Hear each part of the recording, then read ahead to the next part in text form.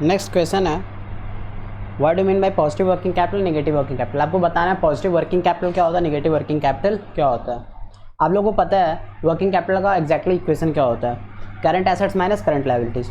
तो positive working capital के लिए क्या होगा, सिंपल सा बात है कि जब इक्वेशन बिल्टअप किया गया है उसमें बोला गया है current assets minus current liabilities, मतलब आपका करंट एसेट्स ऑब्वियसली ज़्यादा रहेगा करंट लायबिलिटीज से, तभी वर्किंग कैपिटल निकलेगा, ये तो पता है ना।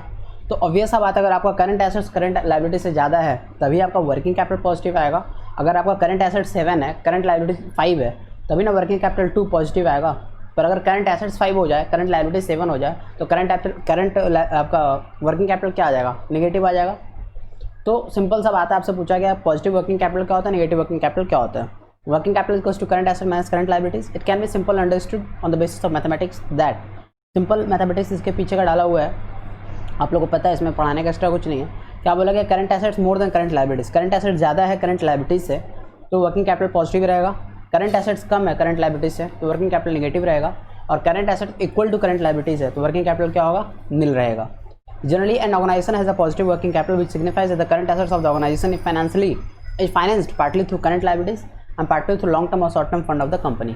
जनरली होता क्या है कि किसी भी ऑर्गेनाइजेशन के पास में पॉजिटिव वर्किंग कैपिटल देखने को मिलता है। उसका मतलब क्या होता है, अगर पॉजिटिव वर्किंग कैपिटल है इसका मतलब है कि जो उसका करंट एसेट्स कंपनी का है वो फाइनेंस किया जा रहा है करंट लायबिलिटीज़ के द्वारा, और करंट लायबिलिटीज़ के द्वारा फाइनेंस किया जा रहा है, और पार्टली थ्रू लॉन्ग टर्म है और partly through short term funds है।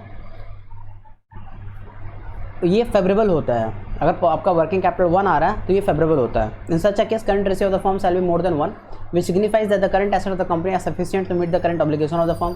किसी भी कंपनी का अगर करंट रेशियो 1 आ रहा है, मोर देन 1 आ रहा है, दैट मीन्स उसका करंट एसेट्स जो है वो ज़्यादा है करंट लायबिलिटीज से, और इतना ज़्यादा है कि वो सफिशिएंट है कि करंट लायबिलिटीज़ को पे कर सके कंपनी का। That means current assets are enough and sufficient to meet the current liabilities of the firm.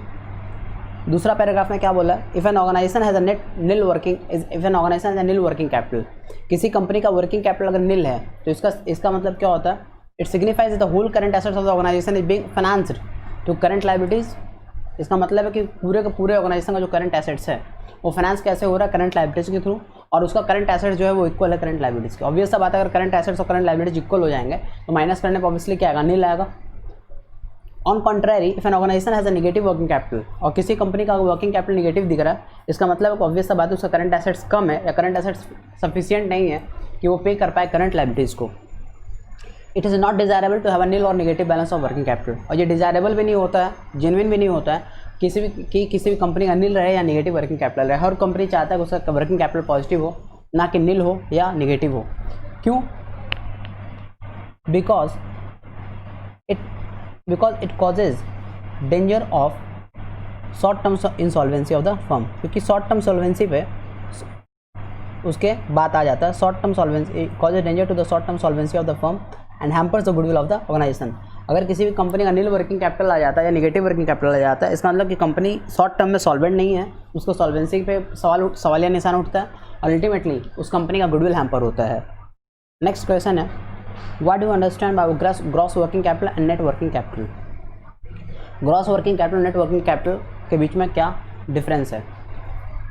Gross working capital का सिंपल सा मतलब है आपका जितना भी करंट एसेट्स का टोटल होगा, करंट एसेट्स जो भी ब्लॉक है आपका उन सबको ऐड कर दो, टोटल कर दो, वो आपका है gross current assets.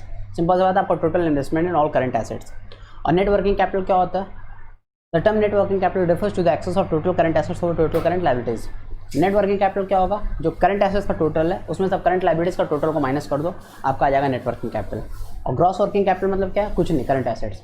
Gross working capital मतलब सिंपल सा करंट एसेट्स का ही जो अमाउंट आता है टोटल वही होगा ग्रॉस वर्किंग कैपिटल। और नेट वर्किंग कैपिटल मतलब CA minus CL, current asset minus current liabilities.